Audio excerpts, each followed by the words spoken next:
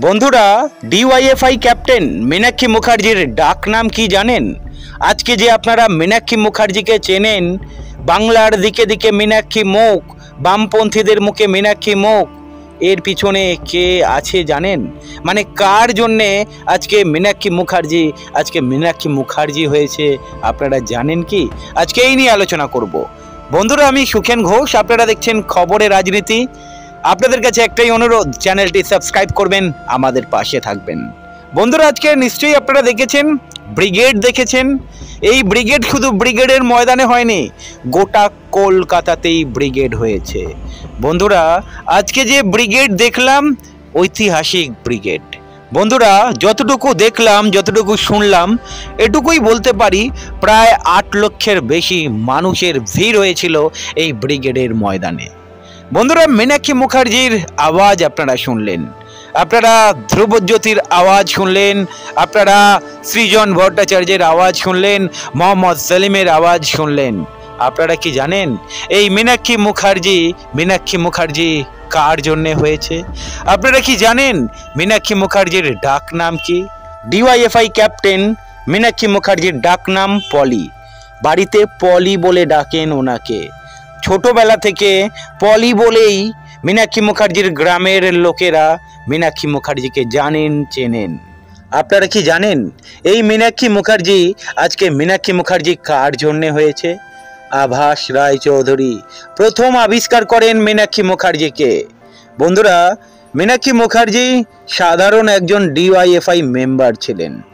সাধারণ একজন DYFI member থেকে রাজ্যের ডিওয়াইএফআই সম্পাদক হয়ে উঠলেন কিভাবে, এবং এর পেছনে আভাস রায়চৌধুরীর হাত অনস্বীকার্য।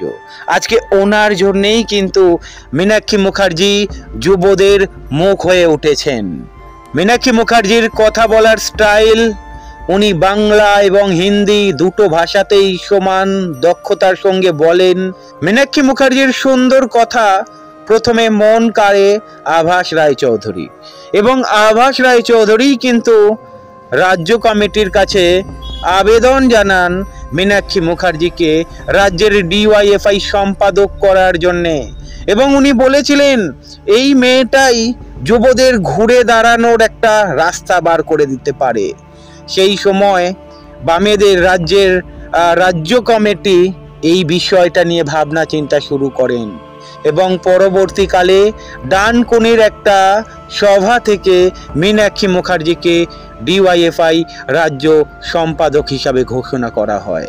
মীনাক্ষী মুখার্জি এর আগে কখনো জেলা স্তরে কোনো দায়িত্ব পালন করেননি বা কোনো বড় পোস্টে ছিলেন না। সাধারণ ডিওয়াইএফআই মেম্বার ছিলেন।